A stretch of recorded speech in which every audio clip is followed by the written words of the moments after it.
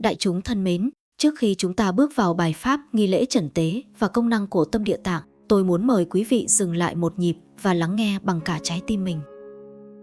Bởi những gì chúng ta sắp cùng nhau đi qua không chỉ là một bài giảng, mà là cánh cửa mở ra ánh sáng, nơi những oan khiên nhiều đời được hóa giải. Nơi tâm địa tạng trong mỗi người được đánh thức và nơi cuộc đời có thể rẽ sang một hướng hoàn toàn mới chỉ bằng một khoảnh khắc tỉnh thức. Nếu đây là lần đầu đại chúng gặp tôi, xin hãy nhấn đăng ký kênh Bước Chân Nhân Duyên ngay bây giờ. Bởi mỗi bài pháp trên kênh là một nhân duyên, một ngọn đèn, một bước chân dẫn quý vị trở về với sự bình an mà bấy lâu nay mình tìm kiếm.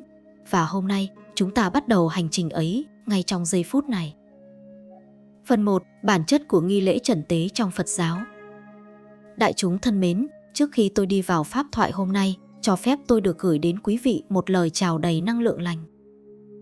Bởi vì bài pháp này, nếu đại chúng nghe trọn vẹn, thấm được từng ý, rồi đem ứng dụng vào đời sống, thì không chỉ đời sống của mình chuyển, mà đời của những người đã khuất, những vong linh còn lưu lạc, những oan gia còn chưa siêu thoát, cũng sẽ được chuyển theo.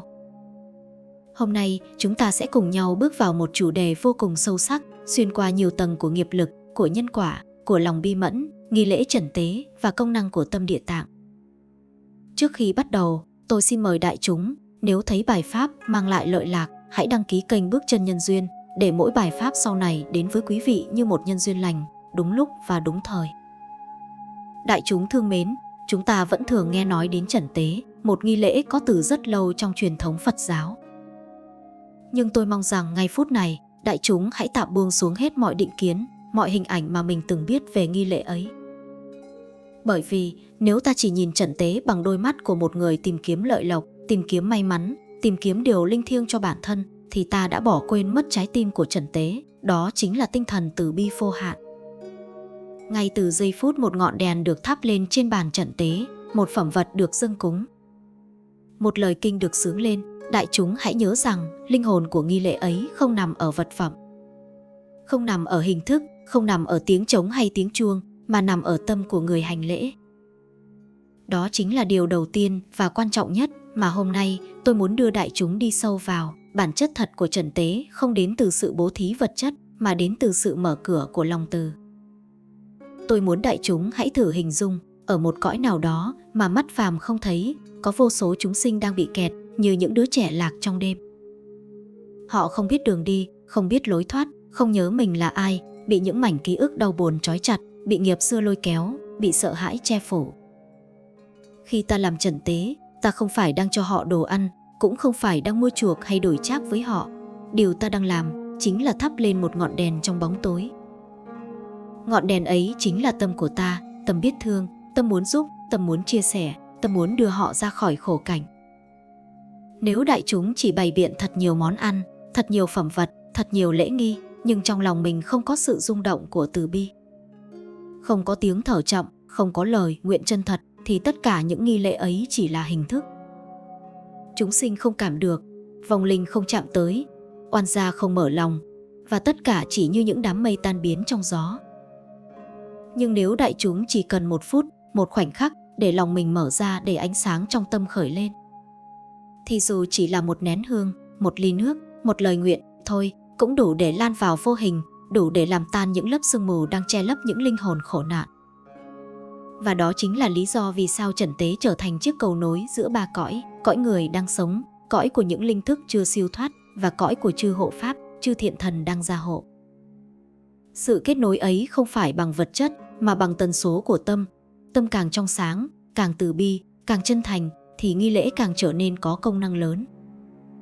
Ngược lại, tâm mà còn sân hận, còn tính toán, còn cầu lợi cá nhân, còn tham điều may mắn cho mình, thì nghi lễ ấy như dòng nước bị vẩn đục, có nhưng không trong, có nhưng không thể soi. Đại chúng thương mến, khi ta làm trần tế, ta đang mở ra cho chính mình một cánh cửa. Cánh cửa ấy nhìn vào đâu? Nhìn vào sự thật rằng khổ đau trong lục đạo là có thật. Nhìn vào sự thật rằng nghiệp lực không phải chỉ tồn tại trong sách vở, mà đang hiện diện quanh ta, trong gia đình, trong những chướng ngại ta gặp, trong những nỗi buồn không gọi tên được, trong những sợ hãi mà ta không hiểu lý do. Và đó cũng là lý do vì sao trần tế mang một ý nghĩa học đạo rất lớn. Nó không chỉ giúp linh thức siêu thoát, mà giúp người sống mở mắt, mở tâm, mở trí. Tôi thường nói với nhiều Phật tử rằng người đến với trần tế không phải chỉ để cứu người mất mà để cứu chính mình. Khi ta nhìn thấy nỗi khổ của những chúng sinh vô hình, ta bỗng thấy mình biết trân trọng sự sống hơn. Khi ta biết có những linh hồn vì oan nghiệp mà chưa thể rời khổ cảnh, ta bỗng thấy mình biết tránh điều ác hơn.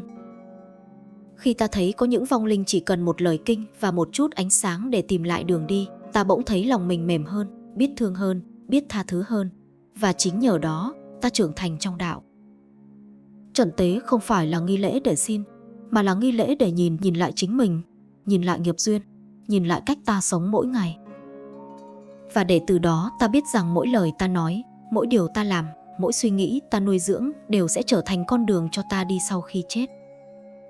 Trần tế vì thế không chỉ độ âm, mà còn độ dương, độ cho người sống thức tỉnh, hiểu mình hiểu đời và biết gieo những hạt giống tốt lành.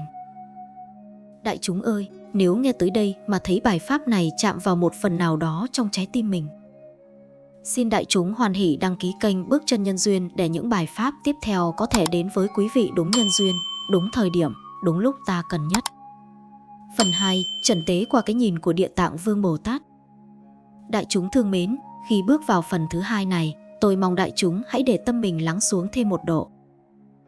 Bởi vì để hiểu trần tế một cách đúng đắn, ta phải nhìn nó qua tấm lòng của một bậc Đại Bồ Tát, và ở đây chính là Địa Tạng Vương, bậc nguyện lực sâu như lòng đất, bền như kim cương và bao dung như vũ trụ. Nếu ta nhìn trần tế chỉ bằng góc nhìn thế gian, ta sẽ thấy đó chỉ là một nghi lễ trang nghiêm. Nhưng nếu ta nhìn bằng ánh mắt của Địa Tạng, ta sẽ thấy đó là hành trình cứu khổ, hành trình mở lòng, hành trình dẫn vô số linh thức ra khỏi bóng tối vô minh mà không đòi hỏi bất kỳ sự đền đáp nào. Tôi muốn đại chúng hiểu một điều thật rõ, Địa Tạng Vương không dạy chúng ta xin phước, không dạy chúng ta cầu thần linh để ban may mắn, càng không dạy chúng ta làm nghi lễ để đổi lấy phần thưởng. Ngài dạy chúng ta tự tạo phước bằng chính trái tim biết thương và hành động vì lợi ích của người khác. Đó là lý do vì sao hạnh Địa Tạng là một trong những hạnh khó thực hành nhất, bởi vì nó đòi hỏi người tu không chỉ làm điều thiện, mà phải làm với tâm nguyện vô biên, tâm nguyện có thể ôm trọn cả những linh hồn lạc lối, những chúng sinh đang nghẹn trong mê mờ, những kẻ đã làm điều ác và cả những người không ai thương, không ai nhớ. Đại chúng hãy nghe tôi nói điều này, căn bản của trần tế là nguyện lực, chính là nguyện lực của Địa Tạng truyền cảm hứng cho nguyện lực của người hành lễ. Khi ta đứng trước bàn trần tế mà lòng mình khởi lên một ý niệm rằng tôi muốn giúp họ, dù họ không biết tôi là ai, dù họ chẳng thể trả ơn, dù họ từng gây hại cho người khác, thì ngay khoảnh khắc đó ta đang bước vào dòng của Địa Tạng. Đó chính là nguyện cứu độ vô tận. Một lời nguyện không bị giới hạn bởi thân phận người sống, không bị giới hạn bởi hai chữ quen biết, không bị giới hạn bởi sự phân biệt thiện hay ác. Địa Tạng nhìn mọi chúng sinh đều là con của Ngài, là những linh hồn đang lạc, đang ngủ quên, đang bị nghiệp lực kéo xuống. Những gì ta gọi là ma, vong, quỷ, đôi khi chỉ là những sinh linh đang khóc trong bóng tối. Ngài không xua đuổi họ, Ngài không sợ họ, Ngài lắng nghe họ, Ngài hiểu họ, Ngài muốn họ thoát khổ. Và khi ta làm trần tế, ta cũng đang tập trở thành đôi tay nối dài của lòng từ ấy. Trong nghi lễ trần tế, người hành lễ không chỉ tụng kinh, người hành lễ đang lắng nghe tiếng nức nở của những linh thức chưa siêu, lắng nghe tiếng kêu của người lạc trong cõi trung ấm, lắng nghe nỗi đau của những oan gia trái chủ bị cột chặt vào sân hận, lắng nghe sự hoảng loạn của những linh hồn vừa rời khỏi thân xác, chưa biết mình đã mất, và lắng nghe cả tiếng gọi của những sinh linh cô độc, những người chết bất đắc kỳ tử, những đứa trẻ chưa kịp sống trọn vẹn một kiếp làm người. Trần tế chính là cách ta nói với họ. Có người thấy các con, có người nhớ các con, có người muốn đưa các con ra khỏi bóng tối. Các con không bị bỏ rơi. Và như thế, đại chúng thấy không, nghi lễ chỉ là phương tiện, quan trọng nhất chính là tấm lòng của người thực hành. Nếu ta tụng kinh trong khi lòng mình không có sự thương xót, linh thức sẽ không cảm được. Nhưng nếu ta chỉ lặng lẽ khởi tâm từ bi, dù ta chưa kịp nói thành lời, ánh sáng trong tâm ta đã lan ra rồi. Địa Tạng Vương không bao giờ nhìn vào hình thức, Ngài nhìn vào tâm, Ngài nhìn vào động cơ, Ngài nhìn vào độ dung của lòng từ. Tôi thường nói với nhiều người rằng Địa Tạng không cần ta làm nghi lễ lớn, Ngài chỉ cần ta mở lòng lớn. Một người nghèo cũng có thể làm trần tế, một người bình thường cũng có thể hồi hướng công đức, Bởi vì điều cứu người không phải là tiền bạc mà là nguyện lực từ bi. Và đại chúng thân mến, khi ta bước vào hạnh của Địa Tạng, ta học được cách nhìn đời bằng ánh mắt không phán xét. Ta hiểu rằng có những chúng sinh làm điều ác không phải vì họ muốn ác mà vì họ quá khổ. Có những oan hồn giận dữ không phải vì họ thích giận mà vì họ bị kẹt trong một ký ức chưa mở ra được. Có những linh hồn lưu lạc không phải vì họ xấu mà vì họ chưa tìm được con đường để trở về. Ta không thể đứng từ xa mà trách họ, ta chỉ có thể bước lại gần và thắp cho họ một ánh sáng. Đó chính là tinh thần Địa Tạng. Và đó cũng chính là tinh thần của trận tế. Nếu đại chúng nghe tới đây mà cảm nhận rằng bài pháp này đang mở ra cho mình một góc nhìn mới, một chiều sâu mới trong việc hiểu về Địa Tạng và trận tế, tôi xin mời đại chúng đăng ký kênh Bước Chân Nhân Duyên, để chúng ta còn có thể đi cùng nhau trong những bài pháp kế tiếp. Mỗi bài là một viên ngọc sáng giúp soi đường cho cả người sống và người đã khuất. Phần 3. Công năng của tâm Địa Tạng trong nghi lễ trần tế. Đại chúng thương mến, khi chúng ta bước vào phần thứ 3 này, tôi muốn đại chúng hãy ngồi vững vàng hơn một chút, thở sâu hơn một chút và mở lòng mình thêm một lần nữa. Bởi vì bây giờ, chúng ta không còn nói về nghi lễ, cũng không còn nói về hình thức, mà nói về điều cốt lõi nhất, tinh túy nhất, sâu thẳm nhất, tâm Địa Tạng thứ làm nên sức mạnh của toàn bộ nghi lễ trần tế. Nhiều người làm trần tế nhưng không hiểu rằng nghi lễ chỉ là chiếc bình, còn tâm Địa Tạng mới là nước bên trong. Bình có đẹp đến đâu, có tinh xảo đến đâu, có lớn đến đâu mà không có nước thì vẫn khô cạn. Cũng vậy, một nghi lễ dù được tổ chức hoành tráng, đầy đủ phẩm vật, có nhiều người tham dự, có người dẫn lễ hay, có âm thanh ánh sáng trọn vẹn, nhưng nếu thiếu tâm Địa Tạng thì nghi lễ ấy chỉ là cái xác không có hơi thở. Muốn nghi lễ có công năng thật sự thì tâm của người hành lễ phải sáng, phải rộng, phải thương và phải vững. Tâm Địa Tạng là gì? Đó là tinh chất thanh tịnh nằm trong mỗi người. Đó là hạt giống Bồ Tát mà ta mang từ vô lượng kiếp. Đó là năng lượng có khả năng làm dịu những sợ hãi, làm tan những kết nghiệp, làm mềm những chấp niệm và làm sáng lên con đường mà linh thức đang tìm. Khi tâm Địa Tạng khởi lên, nó không tạo ra phép màu theo kiểu thần thông, mà tạo ra một thứ còn mạnh hơn thần thông, trường năng lượng từ bi thuần khiết. Chính trường năng lượng này mới là ánh sáng thật sự chiếu vào tâm thức của những chúng sinh đang trôi lăn trong khổ cảnh. Đại chúng hãy tưởng tượng có những vong linh như đang đứng trong một căn phòng tối. Họ quờ quạng, họ hoảng loạn, họ không biết đường ra. Tiếng tụng kinh của ta là ngọn gió, nghi lễ trần tế là cánh cửa. Nhưng chỉ khi tâm Địa Tạng của ta sáng thì ánh sáng mới bật lên để họ thấy được lối thoát. Tâm ta sáng tới đâu, cõi vô hình sáng tới đó. Tôi nói điều này với tất cả sự chân thành, chúng sinh vô hình không nghe được tiếng nói thế gian nhiều bằng hơi ấm của tâm. Họ không cảm được những lời cầu khẩn nếu trong lòng ta còn nghi ngờ, còn sợ hãi, còn tính toán. Nhưng nếu ta chỉ cần một khoảnh khắc khởi lên lòng thương, con thương các vị đang khổ, con nguyện giúp các vị, thì ngay khi tâm ấy vừa khởi, ánh sáng đã lan ra. Ánh sáng ấy không phải ánh sáng vật lý, mà là ánh sáng của từ bi thứ, ánh sáng mà bất kỳ linh thức nào cũng có thể cảm được, dù họ đang ở đâu trong cõi vô minh. Tâm Địa Tạng có một công năng đặc biệt, xoa dịu nỗi sợ. Nỗi sợ là thứ làm cho vong linh kẹt lại. Kẹt trong ký ức, kẹt trong hối hận, kẹt trong sân hận, kẹt trong cảm giác mình bị bỏ rơi. Nhưng khi tâm Địa Tạng của người hành lễ khởi lên, nó như vòng tay ôm lấy họ, nói với họ rằng không sao, hãy bước ra. Có người đang dẫn đường cho con, chỉ cần bấy nhiêu thôi, sự sợ hãi đã tan đi một nửa. Công năng thứ hai của tâm Địa Tạng là chuyển hóa oán nghiệp. Người sống và người đã khuất nhiều khi dây dưa nhau trong những kết nghiệp khó tháo. Có người bị người âm theo vì oan trái, có nhà gặp hoạn nạn liên miên vì nghiệp từ nhiều đời, có gia đình bất hòa mãi không yên vì một linh thức chưa buông bỏ. Trần tế giúp mở ra không gian để oan gia trái chủ được nghe lời nhắc nhở, được soi chiếu nhân quả, được khai thị, được nhẹ nhàng tháo gỡ sự chấp trước. Nhưng điều khiến họ buông bỏ thật sự không phải chỉ là lời kinh, mà là tâm Địa Tạng của người thực hành tâm có khả năng làm tan sự sân hận và đem lại cảm giác được thấu hiểu. Tôi đã từng chứng kiến khi người hành lễ tụng kinh trong trạng thái tâm sáng, lòng thương dâng đầy, thì không chỉ không gian bên ngoài thay đổi, mà năng lượng trong thân người hành lễ cũng dâng lên, mềm lại, nhẹ đi. Và chính sự nhẹ ấy làm cho cõi vô hình trở nên an ổn. Khi tâm ta nhẹ, oan nghiệp nhẹ theo. Khi tâm ta sáng, họ cũng được soi đường. Khi tâm ta thành, họ cũng dễ chấp nhận hướng thiện. Điều kỳ diệu nhất là tâm Địa Tạng giúp người hành lễ trở thành ngọn đèn mô phỏng nguyện lực của Địa Tạng Vương. Ngọn đèn ấy không cần lớn, chỉ cần sáng. Một ngọn đèn nhỏ cũng xua tan được một mảng bóng tối. Một tấm lòng thành cũng mở được một cánh cửa. Một hơi thở từ bi cũng làm mềm được nỗi đau của một linh hồn. Và theo thời gian, lòng từ bi ấy không chỉ soi đường cho vong linh, mà soi cả cho chính ta, giúp ta phản tỉnh, giúp ta sống hiền thiện, giúp ta tránh tạo nghiệp mới, giúp ta cảm nhận sâu sắc hơn ý nghĩa của đời người. Đại chúng thương mến, khi ta phát được tâm Địa Tạng, nghi lễ trần tế không còn là nghi lễ. Nó trở thành một hành động cứu độ, một hành động vừa cứu người mất, vừa cứu người sống, vừa cứu chính ta.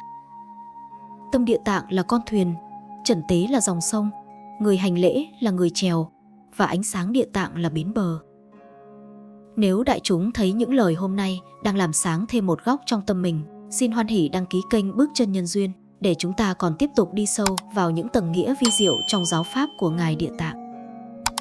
Phần 4, trần tế như một hành trình chuyển hóa nghiệp lực cho người sống. Đại chúng thương mến, khi chúng ta bước vào phần thứ tư này, tôi muốn đại chúng hãy hiểu một điều rất quan trọng. Nghi lễ trần tế nhìn sâu vào bản chất không chỉ dành cho người đã mất. Nó là một hành trình chuyển hóa dành cho người đang sống, cho tôi, cho đại chúng, cho từng hơi thở mà mỗi người vẫn còn trong kiếp này. Nói cách khác, nếu người sống không thay đổi, không mở tâm, không chuyển nghiệp, thì trần tế chỉ mới hoàn thành một nửa. Bởi vì trần tế độ âm thì ít, mà độ dương lại rất nhiều. Độ âm là mở đường cho vong linh. Độ dương là mở tâm cho người sống. Và chính cái độ dương ấy mới là nghiệp lành mà người sống sẽ mang theo đến tận cuối đời. Đại chúng, tôi muốn nói điều này thật rõ. Mỗi khi ta tổ chức trần tế, ta đang soi vào chính mình. Bởi vì chính tâm ta quyết định nghiệp lực sẽ được tháo mở hay tiếp tục trói buộc. Người sống mà sân giận, chia rẽ, ích kỷ, ganh ghét, tham lam, thì dù có làm bao nhiêu nghi lễ, bao nhiêu vật phẩm, bao nhiêu hình thức bên ngoài, nghiệp vẫn còn nguyên. Nhưng khi người sống thật sự phát tâm từ, phát tâm hối lỗi, phát tâm buông bỏ oán hận, phát tâm tha thứ, phát tâm hướng thiện, thì ngay khoảnh khắc đó, nghiệp đã bắt đầu chuyển rồi. Đại chúng hãy hiểu rằng nghiệp lực không phải là một thứ gì đó vô hình và bất động. Nghiệp là năng lượng do chính tâm ta tạo ra. Và năng lượng ấy thay đổi ngay khi tâm ta thay đổi. Trần tế chỉ là hoàn cảnh giúp ta nhìn ra nghiệp. Tâm ta mới là thứ quyết định nghiệp sẽ rẽ hướng nào. Khi ta tụng kinh trong trần tế, đại chúng tưởng mình đang tụng cho vong linh nghe. Nhưng thật ra, người nghe trước tiên chính là tâm của ta. Từng câu Nam Mô Đại Nguyện Địa Tạng Vương Bồ Tát như một tiếng chuông đánh vào nghiệp thức của chính ta. Khi ta tụng bằng sự thành kính, nghiệp xưa mềm đi. Khi ta tụng bằng lòng từ bi, sân hận tan đi. Khi ta tụng một cách chánh niệm, vọng tưởng lắng xuống. Và khi ta tụng với tâm tha thứ, oán kết tự động mở ra. Khi tâm ta mở ra, dòng nghiệp lực bên trong liền thay đổi. Nó không còn cứng như đá, nó trở nên mềm như nước. Và nước thì có thể chảy, nước có thể len lỏi, nước có thể xóa dấu chân của quá khứ. Tâm Địa Tạng của ta chính là dòng nước ấy. Đại chúng thương mến, từ góc nhìn sâu của giáo lý, nghiệp lực không chỉ nằm trong hành động, nó còn nằm trong tâm niệm. Một ý nghĩ thiện cũng tạo nghiệp, một ý nghĩ ác cũng tạo nghiệp. Một lời nói hiền làm nhẹ nghiệp, một lời nói độc làm nặng nghiệp. Và điều kỳ diệu là nghi lễ trần tế là cơ hội để ta quan sát những thay đổi đó xảy ra ngay bên trong mình.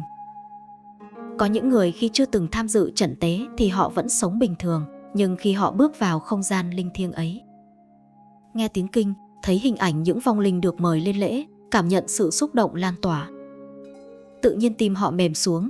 Họ thấy thương, họ thấy nhớ, họ thấy những điều mình từng làm sai. Họ thấy sự vô thường trước mắt, họ thấy những giận hờn cũ chẳng còn lý do để giữ. Chính khoảnh khắc đó, nghiệp xưa bắt đầu chuyển. Có những người hòa giải được với cha mẹ, có những người buông được nỗi oán của nhiều năm. Có người khóc vì nhận ra lỗi mình đã gây, có người đột nhiên hiểu rằng mình đã từng bất bằng với quá khứ của chính mình. Đó không phải là cảm xúc nhất thời, đó là dấu hiệu của nghiệp lực đang thay đổi. Và đại chúng biết không, khi người sống chuyển nghiệp thì người âm cũng được lợi lạc theo, bởi vì nghiệp của ta liên quan đến họ. Oan gia trái chủ là những kẻ từng gắn nghiệp với ta. Khi ta thay đổi tâm, mối kết nối ấy thay đổi. Khi ta sáng họ cũng sáng, khi ta buông họ cũng buông, khi ta mở lòng họ cũng nhẹ nhàng bước đi. Đây chính là công năng lớn nhất của trận tế, chuyển hóa tâm thức của người sống. Người sống hiểu về vô thường thì bớt tham. Người sống hiểu về nhân quả thì bớt làm ác. Người sống hiểu về lòng từ thì bớt gây nghiệp.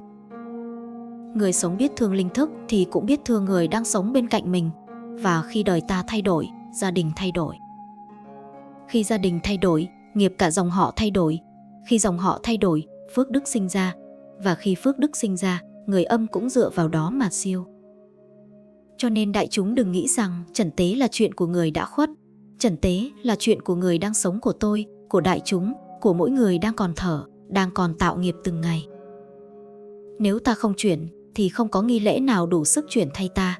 Nhưng nếu ta chịu mở lòng, chỉ một chút thôi, nghiệp đã bắt đầu đổi hướng. Như một giọt nước rơi xuống hồ, tạo ra những vòng sóng lan rộng. Lòng thiện của ta tạo ra vòng sóng thiện. Lòng tha thứ của ta làm tan vòng sóng oan nghiệp.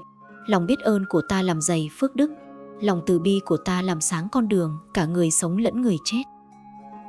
Nếu đại chúng cảm thấy phần pháp này đang mở ra trong mình một nhận thức mới, một dòng cảm xúc sâu sắc, xin mời đại chúng hoan hỉ đăng ký kênh Bước Chân Nhân Duyên để chúng ta tiếp tục cùng nhau gieo những hạt giống lành trong nhiều bài pháp nữa. Phần 5. Nghiệp duyên trong nghi lễ trần tế và sự chuyển hóa khi tâm địa tạng hiển lộ. Đại chúng thân mến, khi chúng ta nói đến nghi lễ trần tế, hầu hết mọi người đều nghĩ ngay đến sự cứu độ cho những vong linh đang chịu khổ trong cảnh giới đói khát, lang thang, không nơi nương tựa. Nhưng sâu thẳm trong giáo lý của Địa Tạng Vương, nghi lễ ấy không chỉ là một nghi thức dành cho người đã khuất, mà còn là một tấm gương sáng soi vào chính đời sống nội tâm của mỗi chúng ta. Bởi nếu đại chúng nhìn thật kỹ, mọi bài vị trong lễ trần tế, mọi câu chú, mọi phẩm kinh, mọi giọt nước cam lồ dưới xuống đều là những biểu tượng đang nhắc nhở về một điều: nghiệp duyên của chính chúng ta vẫn đang vận hành từng giây từng phút. Và chỉ có tâm địa tạng mới đủ sức làm mềm hóa, chuyển hóa, thanh lọc những lớp nghiệp ấy. Tôi muốn đại chúng cùng tôi đi thật sâu vào bản chất của từ nghiệp duyên. Nghiệp không phải là hình phạt, không phải là sự trừng trị từ một thế lực siêu nhiên, mà là dấu vết của các hành động, lời nói và ý nghĩ mà ta đã gieo trong vô lượng kiếp lẫn trong chính đời này. Còn duyên là hoàn cảnh, là điều kiện, là khoảnh khắc mà hạt giống nghiệp ấy gặp đủ môi trường để nảy mầm. Chúng ta thường chỉ thấy quả khổ nên ta đổ thừa hoàn cảnh, đổ lỗi cho người, trách móc số phận. Nhưng chính Địa Tạng Vương dạy rằng tất cả những gì ta gặp ngày hôm nay đều không rời khỏi cái vòng nhân duyên ấy. Và nghi lễ trần tế chính là nơi nghiệp, duyên, quả hiển lộ rõ ràng nhất. Đại chúng có thấy rằng khi một vị thầy dựng đàn trần tế, thắp nến, khai kinh, xướng chú, giải hoa đăng thì tất cả đều không phải để xoa dịu vong linh theo một nghĩa vật chất, mà đó là đang tạo ra một trường năng lượng tâm linh cực mạnh, nơi tâm từ bi được dẫn dắt bởi oai lực của Địa Tạng để mở ra cánh cửa kết nối giữa người sống và người đã mất. Và chính trong sự kết nối đó, nghiệp duyên được chuyển hướng, vong linh được nhẹ nhàng, còn người sống được soi sáng.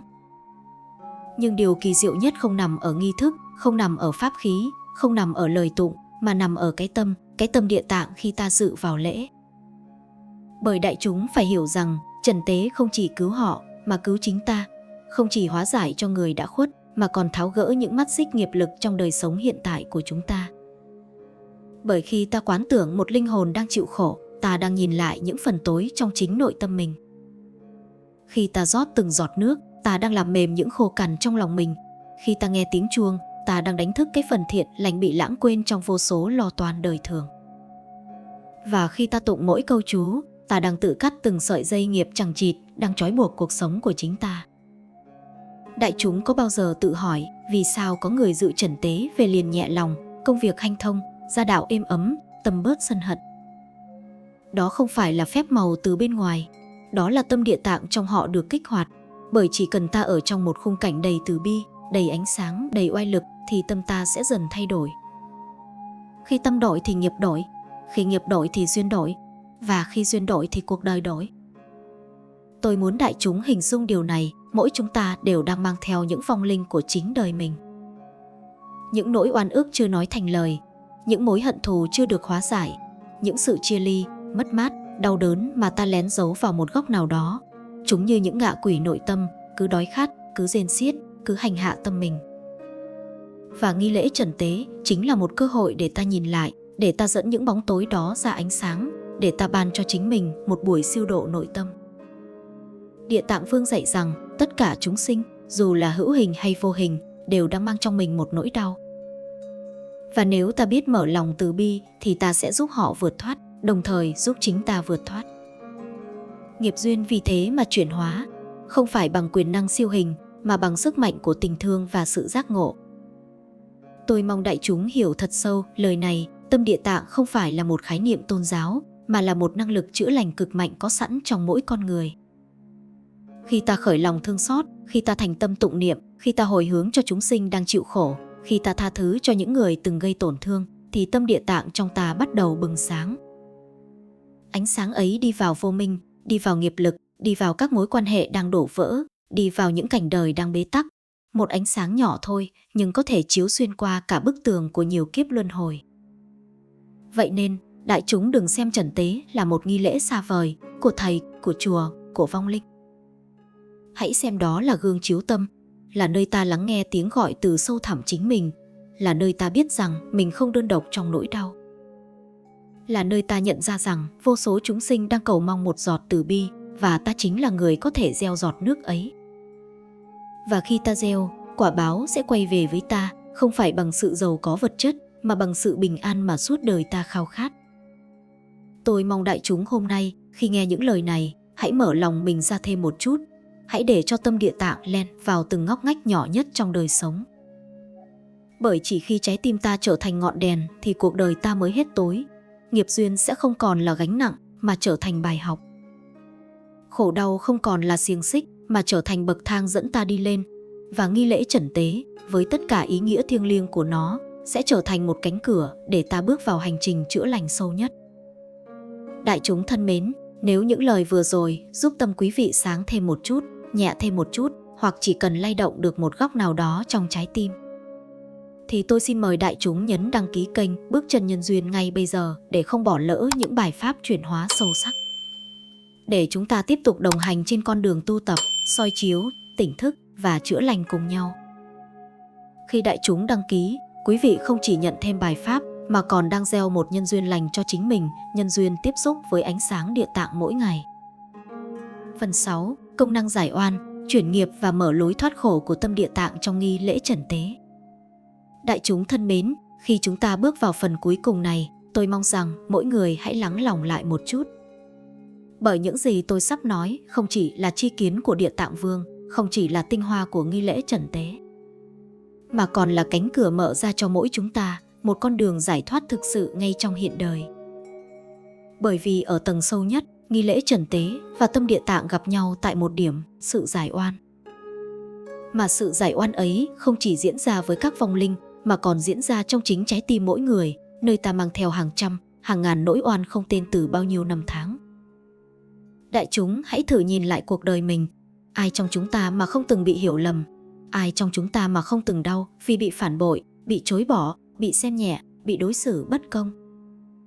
Ai mà không từng có những lời chưa kịp nói, những giọt nước mắt chưa kịp rơi, những nỗi tủi thân ta nuốt xuống bởi vì không ai hiểu, không ai nghe, không ai thấy. Những nỗi oan đó chúng không mất đi. Chúng kết thành từng mảng bóng tối bám vào sâu thẳm tâm hồn, trở thành nghiệp lực khiến ta sống với sự phòng thủ, với sự nghi ngờ, với sự sợ hãi, với những phản ứng mà chính ta đôi khi không hiểu vì sao mình lại như thế. Và rồi, chúng ta mang theo những oan khí ấy đến tận cuối đời, rồi lại truyền tiếp vào đời sống của con cháu. Nhưng đại chúng ơi, Địa Tạng Vương dạy rằng không có oan nào là không thể hóa giải, không có nghiệp nào là không thể chuyển đổi, không có bóng đêm nào là không thể chiếu sáng. Vấn đề không nằm ở nghiệp lớn hay nghiệp nhỏ, mà nằm ở chỗ ta có chịu mở cửa cho ánh sáng đi vào hay không. Nghi lễ trần tế, với tất cả sự trang nghiêm của nó, với tiếng chuông, tiếng mõ, tiếng pháp xướng, với những lời chú lấp lánh ánh từ bi, chính là một trường năng lượng mạnh mẽ giúp cắt đứt dây oan khiên cho cả người sống lẫn người đã khuất. Nhưng điều quyết định nhất vẫn là cái tâm của người tham dự. Khi ta nhất tâm, khi ta rộng lòng, khi ta khởi lên tâm địa tạng, thì ngay khoảnh khắc ấy, những oan khiên kết trong nhiều kiếp liền bắt đầu mềm đi, bắt đầu tan dần. Vậy tâm địa tạng là gì? đó là tâm không phán xét, tâm không trách móc, tâm sẵn sàng ôm lấy mọi đứa trẻ bị thương bên trong chính mình. Tâm biết rằng mỗi chúng sinh dù là người làm sai, dù là vong linh đang oán hận, dù là người từng khiến ta rơi nước mắt, đều là những kẻ đang lạc đường trong đêm tối, và chỉ có ánh sáng của hiểu biết và thương yêu mới dẫn họ trở về. Đại chúng thử nghĩ mà xem, khi một người làm tổn thương ta, điều đó không tự nhiên mà có. Họ cũng bị thương, họ cũng bị dẫn dắt bởi nghiệp, họ cũng bị che mắt bởi vô minh. Nếu ta nhìn họ bằng con mắt căm hận, ta chỉ làm sợi dây oan buộc chặt hơn. Nhưng nếu ta nhìn họ bằng mắt của địa tạng, mắt của sự thấu hiểu, của lòng từ bi thì oan giải, nghiệp tiêu, tâm an, đời sáng. Tôi muốn đại chúng hiểu rằng khi ta đứng trong đàn trần tế, không chỉ vong linh đang chờ được siêu độ, mà những bóng tối trong tâm ta cũng đang chờ được giải thoát. Ta không chỉ tụng kinh cho người chết, mà ta đang tụng kinh cho chính những phần bị bỏ rơi trong tâm mình. Ta không chỉ giải cam lồ xuống cảnh giới ngạ quỷ, mà ta đang dưới nước thương yêu lên những vết thương bị lãng quên trong chính trái tim này. Nhiều người từng nói với tôi rằng, thưa thầy, cuộc đời con sao cứ lặp đi lặp lại những nỗi đau giống nhau. Tôi chỉ nhẹ nhàng trả lời, vì oan chưa giải, nghiệp chưa chuyển. Khi ta còn giữ oán hận, thì oán hận còn tìm đến ta. Khi ta còn sợ hãi, thì hoàn cảnh khiến ta sợ sẽ liên tục lặp lại. Khi ta chưa hiểu, thì những bài học cũ sẽ trở lại trong hình dạng mới. Và nghi lễ trần tế, khi đi cùng tâm địa tạng, chính là một chiếc chìa khóa giúp ta cắt dòng lặp của khổ đau. Bởi trong khoảnh khắc ta khởi tâm từ bi, ta không chỉ đang giúp vong linh được siêu sinh, mà ta đang mở ra một chiều hướng nghiệp mới cho chính mình. Khi ta thành tâm sám hối, ta đang rửa sạch những dấu vết của bất thiện trong quá khứ. Khi ta hồi hướng công đức, ta đang gieo hạt giống phước lành cho tương lai. Và khi ta cúi đầu trước Địa Tạng Vương, ta đang cúi đầu trước chính phần thuần tịnh nhất trong mình. Đại chúng ơi, có những nghiệp ta không thể nhìn, không thể biết, nhưng ta cảm được. Có những oan trái ta không thể lý giải, nhưng ta mang theo nó. Và chính vì vậy, nghi lễ trần tế trở thành một cơ hội hiếm có để ta chạm vào phần vô hình của cuộc sống, phần mà mắt thường không thấy, nhưng chi phối toàn bộ cuộc đời ta. Khi ta rung động trước tiếng tụng kinh, khi tim ta mềm lại trong khoảnh khắc nguyện cầu, thì ngay khi đó, những sợi dây oan trái đang được gỡ ra từng chút một. Và rồi, điều kỳ diệu nhất sẽ xảy ra, ta nhẹ lại, ta ăn lại, ta bớt giận bớt trách. Bớt sợ, ta nhìn người mình từng oán bằng ánh mắt khác, ta nói những lời mà trước đây ta không thể nói. Ta bước đi những bước mà trước đây ta không dám bước, ta sống một đời không bị kéo ngược bởi bóng tối cũ. Đó chính là công năng nhiệm màu của tâm địa tạng, một năng lực mà mỗi người đều có, chỉ chờ được đánh thức.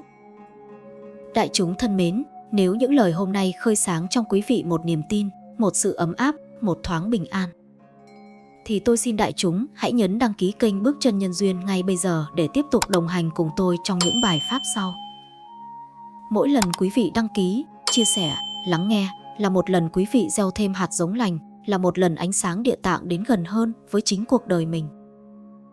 Khi đại chúng đăng ký, đó không chỉ là theo dõi một kênh, mà là kết nối một nhân duyên tu tập, tạo một dòng chảy phước lành giúp tâm mình ngày càng vững vàng, sáng tỏ và an lạc.